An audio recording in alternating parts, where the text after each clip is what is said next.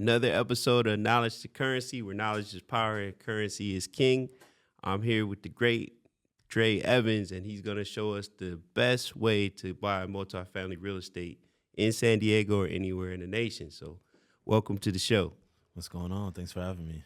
Man, you're an author, you're a podcaster, you're an investor, ex-military, student. Man, you doing a lot of different things. So first off, I want to tell you I appreciate you for coming on the show. We're excited to have you. And one of the first questions I have is why is, I guess, investing in multifamily real estate the best way to start? I would say economy of scale. You can Yeah. do the single family route. No punt to people that do it, but the Right. ability to scale is a lot faster. Because you had a single family house first before you bought a multifamily, right? That's correct. I bought a single family house up in East Lake, Mm-hmm. which is the suburbs of Chula Vista, Right. and had that for about 2 years or so, and then I sold that, and then I went into the 4-unit. And I did the same. My first house I bought was a single family house, and then I got a townhouse. Then I got a single family house. I probably should have did multifamily first, but I didn't know any better. I was younger, and one of the reasons why I believe in that is because I did lending for over 20 years. So when you're trying to, like, I guess, have a profile that fits what the banks are looking for, they look at your ability to make the payment. And if you start out with an investment property, they may want you to put down 20 to 25%, depending on the type of property you're trying to purchase and the purchase price. So if it's your primary residence, and then you can put down 3.5%. With the VA, you can put down no money. So that's why, to me, it's the best way to get into real estate. So let's talk about your journey. So you sold that property in East Lake. You got some capital, and then you put it into the property that's by the beach. How much did that cost? So my first deal was a 4-unit in Pacific Beach off of Hornblende, and that was a $2 million property. Okay. And you had some people in the family telling you not to do it, right? Yeah, man. Normally, escrow is 30 to 45 days, as you know. I was in escrow for about 3 months. Okay. It came to a point where you talked about experience. Doing that first 4-unit multifamily deal here in San Diego, the lender, the underwriter, they were like, you have no experience. So they gave me a lot of difficulty with that. Mm-hmm. I was able to forego that a little bit by building a relationship with a property manager and saying, hey, that this is going to be the property manager I'm going to use. So I provided that to the lender and the underwriter. That checked that mark, gave them a little bit of warm and fuzzy. But then they came back, and I got to a point where I was in escrow for so long just because of the delay of the process that then I was getting hit with fees. So the agent on the seller side reached out and said, from this point forward, if you want to extend escrow, you have to pay $10,000, and then there's going to be $500 every business day. Wow. And so I got to the point where I had quite a bit of, fees racked against me, around 15, 20 grand. And my broker's telling me no. I remember I was at the gym. I was at TG in Pacific Beach, and I was about to do a bench press set. And he calls me, and he's like, Dre, what are you doing? And he's like, you're literally about to lose your EMD deposit, which for me, it was 20 grand. Yeah. And plus the fees and the fines. And I remember just thinking about, it's a risk not to take a risk. Right. And I thought about my mom. I thought about Chicago and my family, and how that I knew that if I did this deal, this would forever change the trajectory of my life and my family's life, and just my ability to impact and reach out and communicate to other people the struggles and things that I've been through, and just a lot of minorities and youth that I'm passionate about speaking to. And so I told my broker, no, I'm still doing this, and I'll move forward. And sure enough, I got to a point where the agent he messed up. He missed a step on the title. He was so busy picking at me and dealing with me that the week we were supposed to sign final CD with the closing documents, he missed a step with the title and messed something up. And so we got delayed a few more days. And when he did that, I was like, because you gave me such a hard time, you need to waive all my fees, all the extra money that I put back into escrow. I want it back. And sure enough, I got it back. Well, that's good. So with all that, I guess you would say back and forth, what was it because you know the numbers of the deal is why you're like, no, I'm going to stick to this? I'm just a believer, man. I think that coming from my background in Chicago, being a prior gang member and growing up in the hood, I think that at some point you realize that at some point there is no excuse. Either you do everything it takes to make it happen or you don't. Right. And you really go through life and you see so many people, all my family members, my stepdad, my uncles that were in the streets, the people that are drug addicts, they all have regrets. Right. The biggest word in the dictionary is if. If I would have did this, if I would have Okay. done that. Yeah. And when you see that at such a young age growing up, at some point it changes the way you think. It changes the way you analyze and perceive people, life, and the interactions and the things that you go through as you go through life on a daily basis. And I would say because of that, I looked at the struggles and the things that I was going through in that first deal, and instead of just quitting, even when people were telling me it's not worth it, I looked at it as, I know San Diego.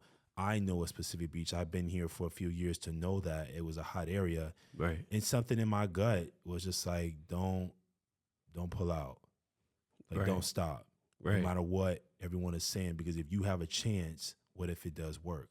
Right. And I think a lot of people don't ask that question too much when they are going through difficult situations or they want to quit or things are not lining up. Maybe just take a knee and ask that yourself in that 1 second, well, what if this does work out? Right. What if I do become great? Right. I think a lot of people are afraid to receive the answer. So a lot of self-belief and, lot of self-belief. and understanding like what you actually had and the opportunity that was going to come up. Because a lot of times your family and friends too, will try to talk you out of doing something thinking it's in your best interest. Like, oh man, you sure you want to do this? And they are just making a decision based on what their beliefs are, not knowing what you could do and not understanding. I had that with my own mom. Like, she's like, well, you sure you want to stay in San Diego? It's so expensive there. And I'm like, nah, Mom, this is it. Like, you want to see me? You come here. I'm going to see you. It's going to, because she moved back to Minnesota. Yeah. I was like, yeah, it's only going to be when it's warm. I was like, I'm not coming up there in the cold. So I was like, so Christmas, Thanksgiving, my birthday, that's all cold months. Your birthday's cold months. We going to do it down here in California. And unfortunately, we've had some rain and stuff, but it's better than cold winter weather like it is in the Midwest, So you gotta. I call it like protect your mind from getting the negative thoughts, and because you have your own self-doubt, you don't need it from other people too. That's right. At least in my opinion. So when we talk about structuring deals and stuff, did you have someone that helps you structure the deals? For me, I would always when I did loans, would help the buyer understand like, here's the way to make this actually look presentable for the underwriter so that you get approval. And to get my job is to be your advocate. I'm on your side. I want to make sure everything looks pretty much open and shut so that there's no doubt when we hand over these documents, you're going to get approved. So with your experience with your loan officer or I guess the lender, was it like that? Or because it sounds like they had some... It wasn't like that at all. Okay. And actually, I think that most lenders aren't like that. Right. I think it's really the vets and the people that are really been in the game and know a little bit that they can be, especially if they're investors themselves, they will coach you through the process. But I think that most lenders are not. They want you to submit all your pay stubs, or if you have a W-2 and your taxes and everything else, and once they run it through their analyzer and they punch out your DTI and what you qualify for, it's almost like if you make it, you make it. If you red, you're red. Right. And at that point, if you're red, many are not really trying to work with an individual or groom you through the process. Yeah, and it's unfortunate that the bars in real estate set so low, and that's something I was always passionate about with lending. If you didn't have everything you needed, I would be like, okay, Dre, we got 5 of the things we need, but we need 2 more of these items for this to work. And if you give me something that's incomplete, even though you may not want to do it, like I have people give me pushback, why do you need to know this? Or, I'd have a reason why.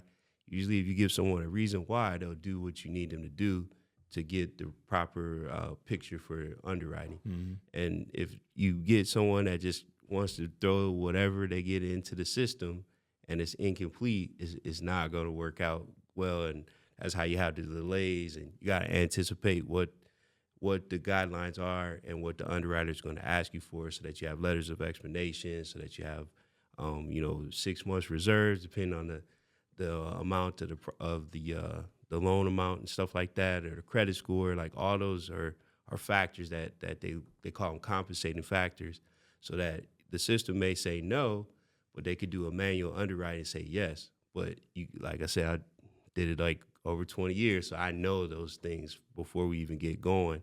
So, what advice would you give to someone that is like, we'll look at the person that's just first getting started versus the person that may already have a property. So, what advice would you give someone that's in this market and make pretty good income, they have decent credit, and they're in the military? How would you tell them to start looking for multifamily?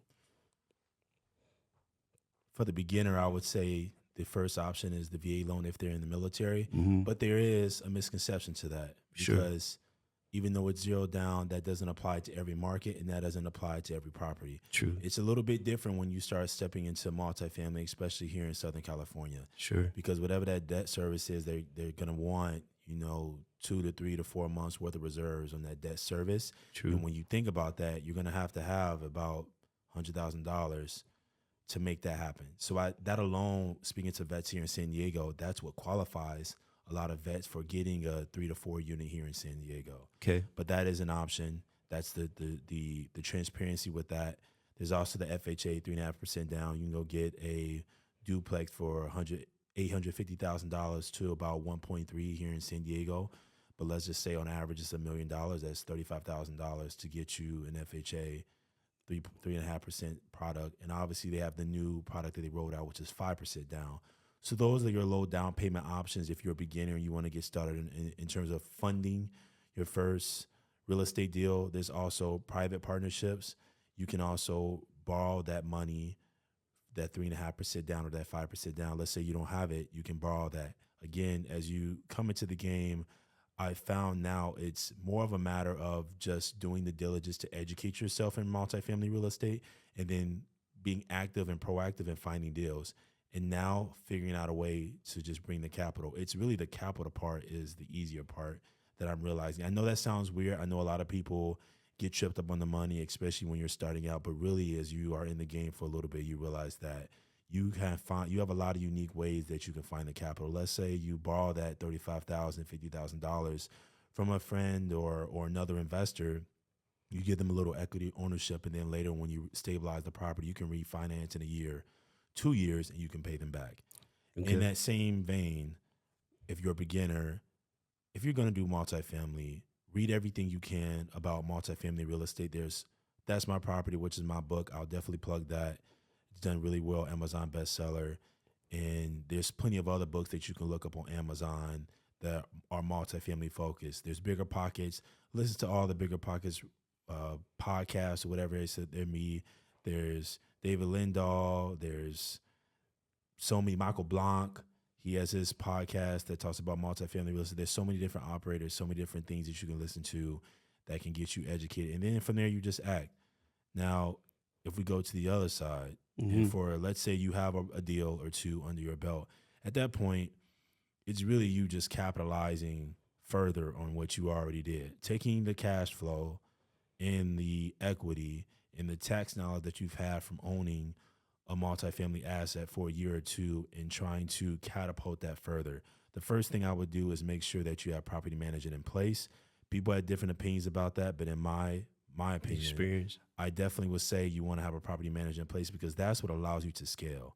Okay. If you are dealing with tenant issues or dealing with other things because you're trying to nitpick and keep a couple $100 a month, it's not worth it, because you're spending more time in that. And let's say you have an opportunity that comes your way or whatever else it may be, you lose from that if you're spending time trying to manage a property. It's about the freedom of time. Sure. Your ROT, your return on time.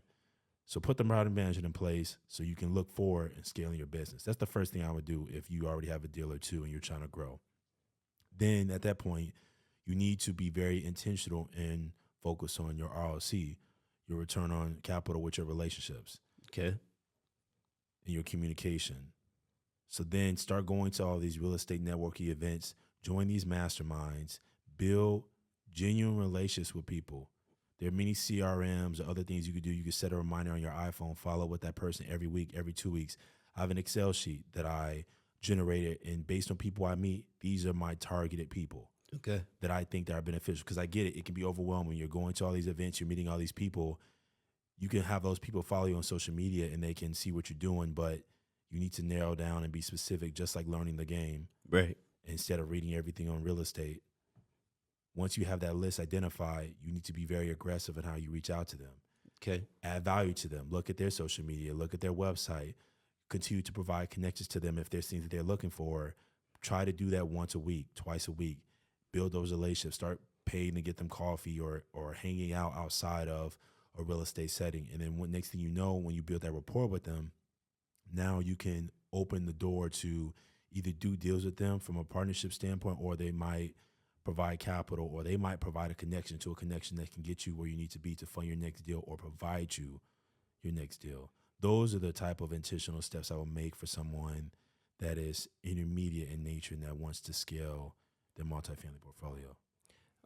One of the things you said is hiring property management. How did you select the team that you picked for your properties? Many ways to do that. There's agents, there's brokers in town. Okay. You going back to relationships, as you go to networking events or you ask for referrals, you can ask an agent or a real estate broker, preferably some that have some experience in the game, that can give you a list of property management companies that they would recommend. Okay. There's also BiggerPockets. You can go on the website. You can literally search in Google in there, or research rather, search property management companies in said market in San Diego, and they'll come up. And then same thing, you can call them up, pretend like you're a renter, see how they respond. Once, let's say you don't submit the application, do they follow up? Okay. All those would be indicators on a good property management, right? Yeah. Because if they call and they continuously follow up with you and you pretending like you were a tenant, that lets you know how they operate. And Okay. that's a good sign that they will do their best to help follow up you. with a tenant if they were managing your property. Another thing you can do is go to real estate meetup groups. A lot of people could recommend there, Someone as they're well as other using. investors, tapping into other investors that own properties, and they can give recommendations as well. And then you had a meetup that you used to do. Correct. Is that a resource that people should maybe tap into to learn more about multifamily? Yes, I had Opportunity Knox. I had that meetup for about 2.5 years. We had 9 paid sponsors. As you know, it was focused on commercial real estate and multifamily real estate. And so that opportunity that it was in Meetup, the Meetup group, if they want connections through that, or they can reach out to me, I'm at Dr. Multifamily on all social media platforms. So as DR Multifamily, just a spinoff off of Dr. Dre. Right. And if they want to tap in or have questions about property management, they need a referral or a connection, holler at me. And then another thing that you were talking about as far as going to meetups, how did you even learn about meetups? Is it something that you read about or you learned from BiggerPockets? And then what made you want to do your own?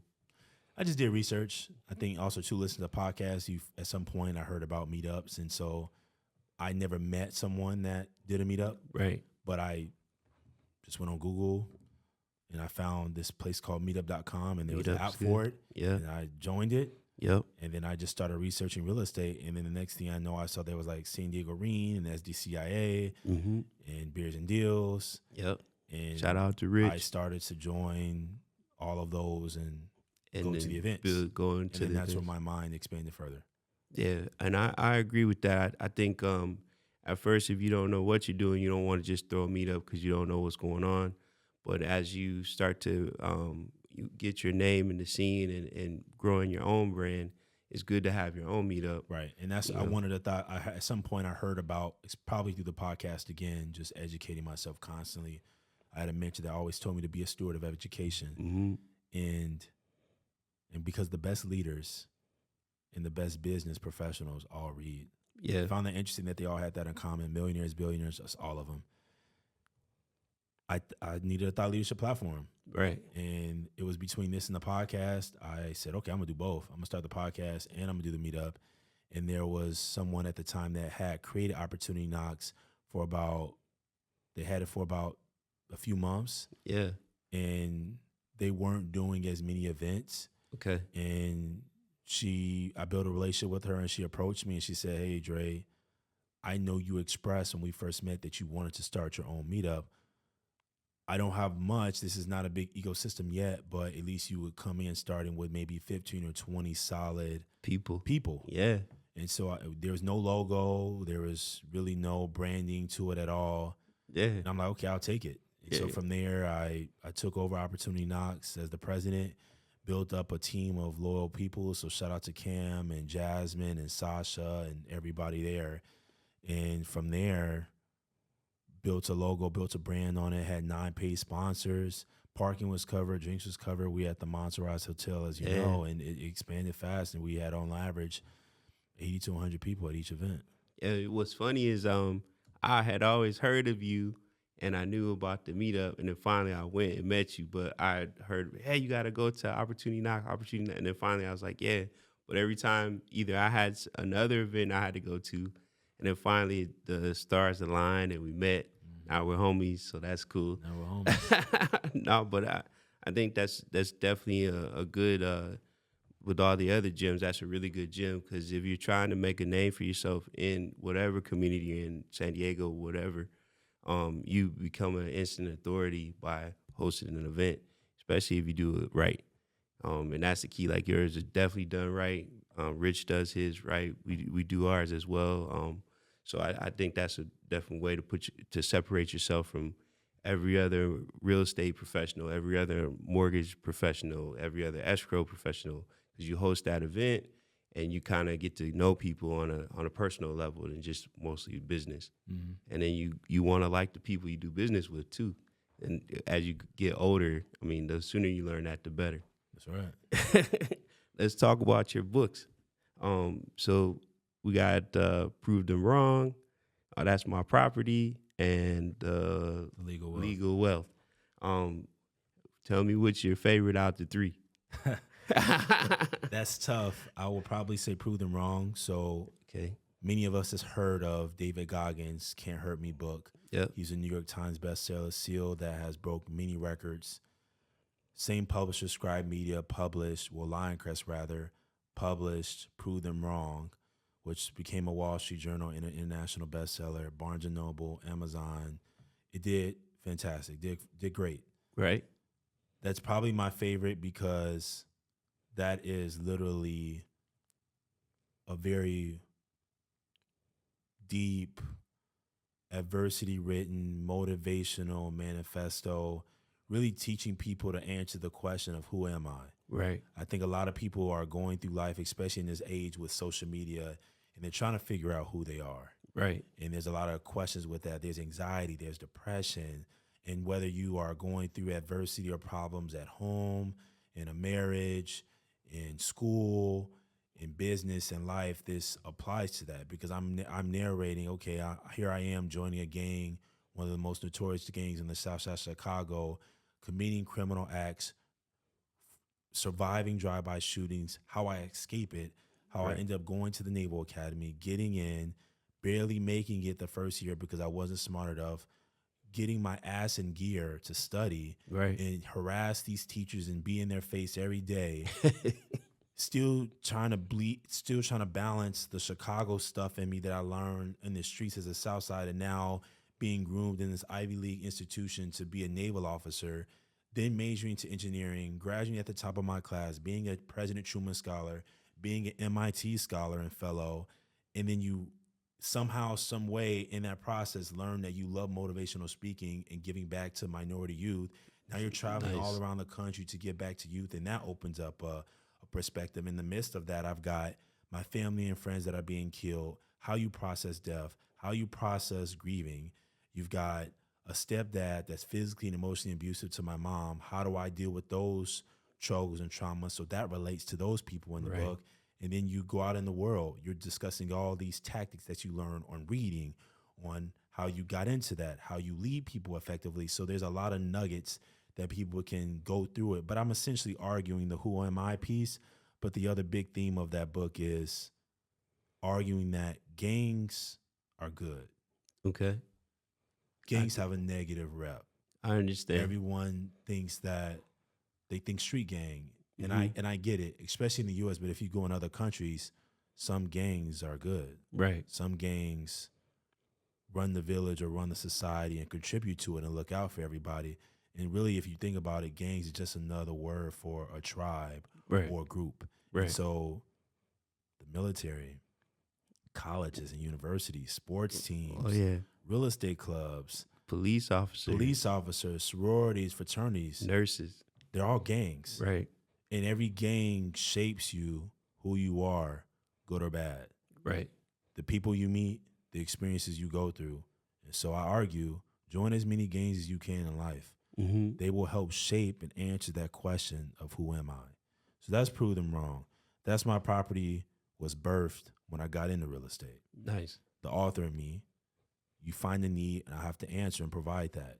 So as I did my first deal and I'm going to this real estate meetups and I have the podcast and I have Opportunity Knocks, everyone's asking you all these questions. Yo, Dre, how you get into real estate? How I do this? Da, da, da, da. I need the key terms. And so from there, I'm like, you know what? I'm going to write a book on multifamily. Okay. And so I locked myself in my little circle, my little cubby, whatever, in the room Right. for a couple months. Yeah. It was during the summer, and I banged it out. Nice. And so the first part is all the nitty gritty people need to know about me doing my first deal and how I learned and what I went through with the 4-unit. And then the second part of the book is everything people need to know about multifamily real estate. And the third part was another needed ask that I heard a lot was the key terms. Okay. There are several books of multifamily in the marketplace, but really not many, or I didn't see one that had all the terms from A to Z Okay. of everything people would need to know in real estate and multifamily. And so I put a lot of time into going through every term that I felt was applicable that people would need to know in the game from a beginner standpoint and from an advanced standpoint. And that, I think, is another thing that I'm proud about with That's My Property, because that huge vocabulary list is in the back from A to Z, because that's half the battle when people are trying to learn and you're throwing lingo at people, are getting that lingo thrown at them, or in conversations when they're listening to podcasts or they're at a meetup. They don't even know. If you don't know the lingo, how are you going to talk? How are you going to understand that people are telling you equity, multiple, and IRR? Right. And then you have the League of Wealth. We all love Marvel. We all love DC Comics. Right. I was an artist. I am an artist. And I woke up one day, literally in the middle of the night, and I'm like, what if there is a real estate comic book? And there isn't one. Right. Well, there is until now. the League of Wealth. There is now. And so I wrote a script, and essentially the League of Wealth is the first ever real estate comic book, Marvel and DC style. Literally the villains and the superheroes literally look like they will come out of a DC and Marvel comic book. That's how detailed they narrate. You know what I mean? Yeah, yeah. It doesn't look fake, or it doesn't look, as Like, detailed or whatever. It literally looks like that. I Nice. hired an artist that used to work and do comics for Marvel and DC. Okay.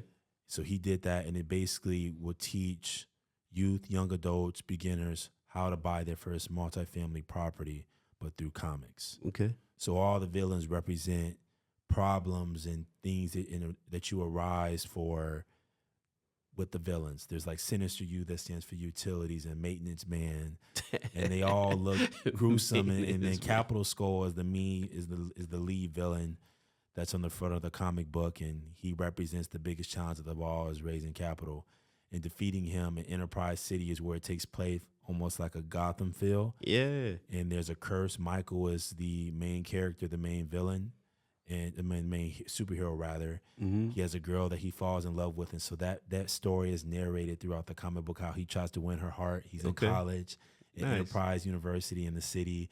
He meets a professor that mentors him, and that's also finds out that's the girl that he wants to date. That's her daughter. So he's trying to prove himself. Twist. But in the meantime, he's mentoring him as he goes on this journey, and as he defeats each villain and learns these lessons, he gets a gold key. Nice. And he has to collect all the gold keys, and then he, in the final stage, if you want to call it, in the epilogue, he has a battle against Capital Skull. And in the process, just like Marvel and just like DC, he meets a lot of his real estate team, Okay. his property manager, those people, his broker. Right. They're all other superheroes Okay. that help him along his journey, and they all team together when they fight Capital Skull at the end. But it's a fun and interactive way for youth and young adults and people to learn about the mindset and everything about the mechanisms, the mechanics of buying a large multifamily deal.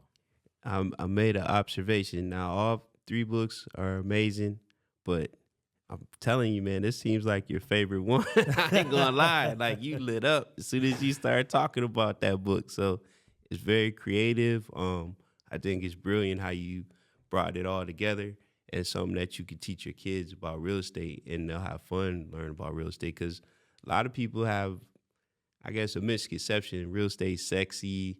You're making all this money. But a lot of people aren't making money in real estate. Only the people that actually are educated, that know what they're doing, that know the numbers, that understand the opportunities, they make money. And there's a lot of people that aren't making money. Like, it's a small percentage of people that are. So I could tell you're one of them people just by knowing you, talking to you. And then when you talked about language is important because you may know how to do business, but if you're not projecting the right communication skills, somebody may be turned off from working with you just because you don't communicate at the level. So you got to understand that person you're talking to, what they're talking about, and be able to put your hat in any arena. And if they want to use all the big lingo, the big verbiage, the big words, you can speak that. Or some people don't want to talk that way. They just want to talk just straightforward, normal. So you got to be able to go with the speed of your audience. You know what I mean? I know what you mean.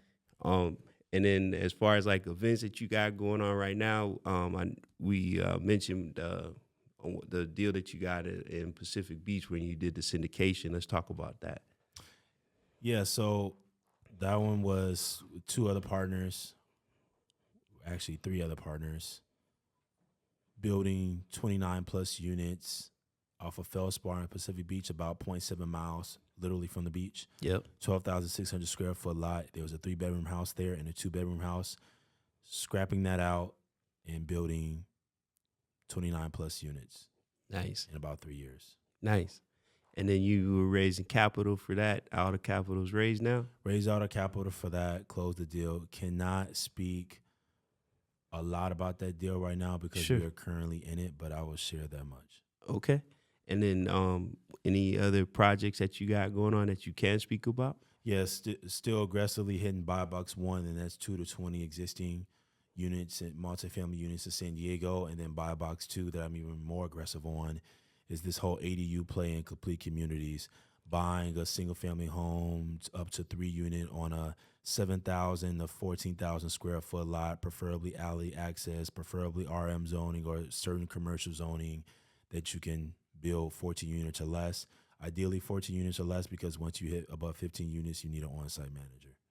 And then if somebody has a property that fits that criteria, you'll buy it from them, I'm assuming, right? Yep, holla at your boy, drmultifamily.com or at Dr. Multifamily on all social media platforms.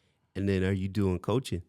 I am doing coaching. So I've done about 20 or so clients right now, teaching them about the beginning mechanisms of multifamily real estate or mindset or business, and then people that are immediate that want to scale and go to the next level.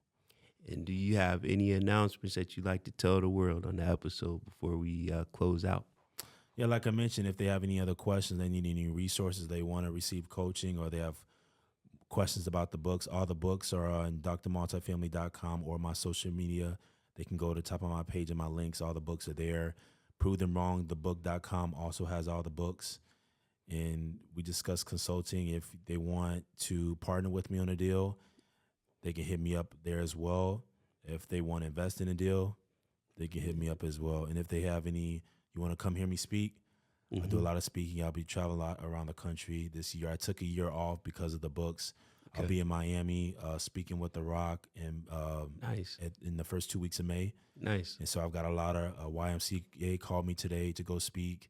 Okay. And so SDSU and UCSD, nice. USD. So just going around, probably be in Chicago for a bunch of opportunities to speak. So if people want me to come to the college, come to the high school, middle school, I'm happy to do it.